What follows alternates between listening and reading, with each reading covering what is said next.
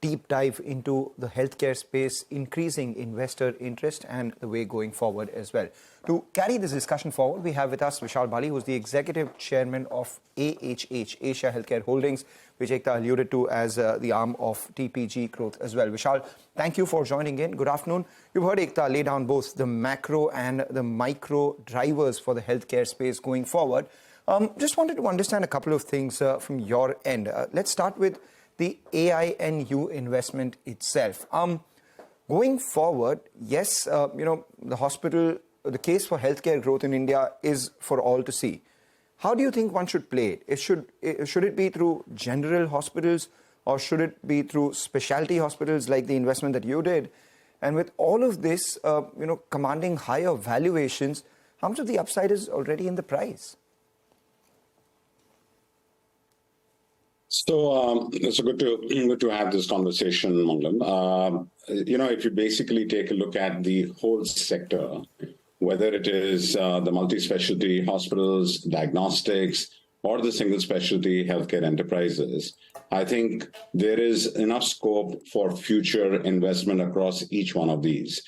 Basically, because as you saw in Ekta's assessment, that the demand-supply gap in healthcare still has a long way to go and bridge.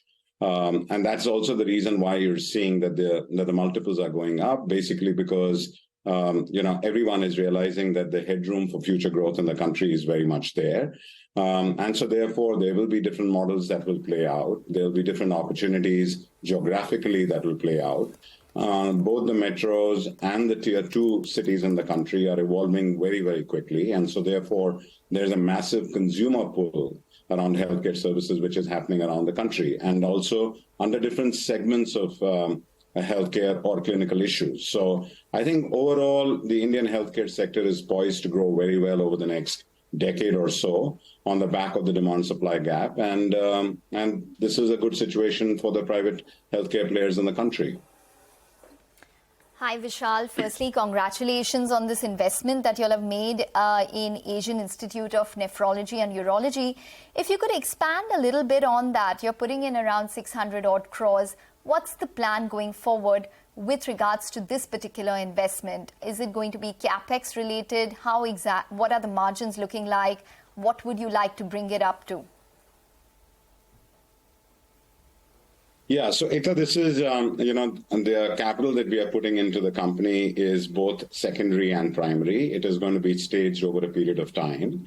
Asian Institute of Nephrology and Urology is the leading asset in the urology nephrology space in the country. And we believe that the pace at which both the urology and the nephrology issues are increasing in the country, that we can, from the current hospital network, which is about 7 hospitals in 4 different cities, this asset could potentially scale up to double its current size in the next 4 to 5 years. And we believe that, as we have done in most of the other previous investments of AHH, whether it is in CTSI, which was oncology, in motherhood, which is mother and child, in Nova IVF, which is now touching 70 centers around the country. I believe that urology and nephrology gives us, again, headroom for future growth through AINU. Okay. What is your timeline of investments? Or if you could just highlight what is the timeline for investments across private equity firms within healthcare firms now? And what is the return which is expected on an average? So, it is difficult to sort of put a number to what the returns should be. Obviously, I think depends on at which stage you're getting behind an asset. So that time frame could be anywhere from 5 years to sometimes 7 to 8 years. But obviously, it is generally 5 years.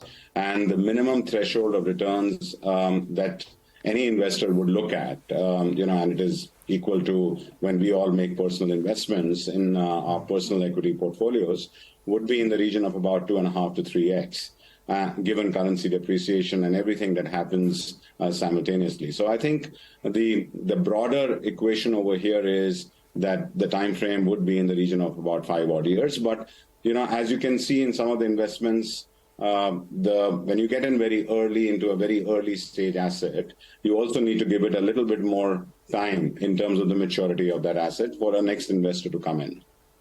All right, 2.5 to 3x over 5 years. Just wanted to understand, over the last couple of years, we've seen increased interest in this space. A lot of that, of course, fueled by the demand-supply mismatch that you're talking about, and that being brought to reality because of the pandemic that everyone went through. Do you think this pace will continue, or at some point, because of higher valuations, lower opportunities, this slows down a bit in the near future? I don't think that it is going to slow down.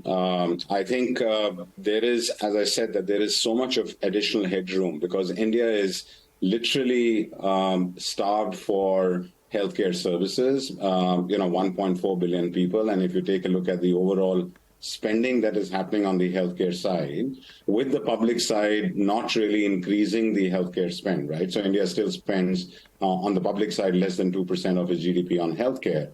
That puts the pressure more and more on the private healthcare side to increase the supply. And I think that's really the momentum over here, that if the public healthcare side does not sort of scale up, then the private sector will need to continuously put more capital and scale up the demand-supply gap. So I don't see a slowing down happening in the Indian healthcare sector per se, because the supply side is fairly constrained. Okay, all right. So, Vishal, does that mean that your pipeline of investments is quite strong and we could hear more from AHH? And separately, most of your investments have actually been in the unlisted private space. So, one, tell us about your pipeline of investments.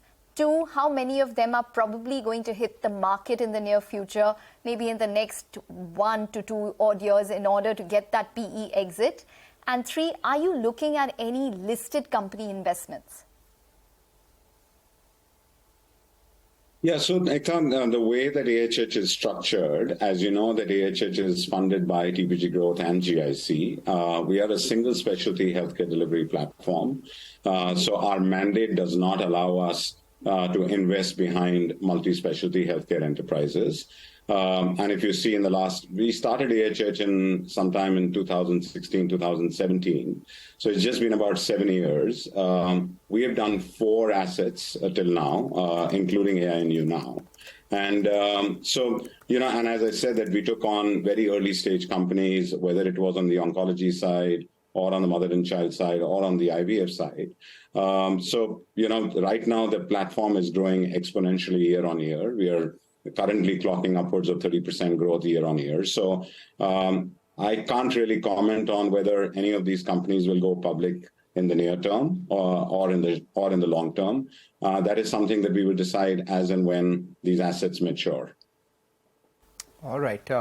Thanks a lot for joining in and summing this up for us more and even above what Ekta actually laid down in terms of a foundation for the case of investments and the trend that we saw, and lending your view to that. Thank you for joining in. With that, we slip into a short break, come back, focus on more in the markets on the other side.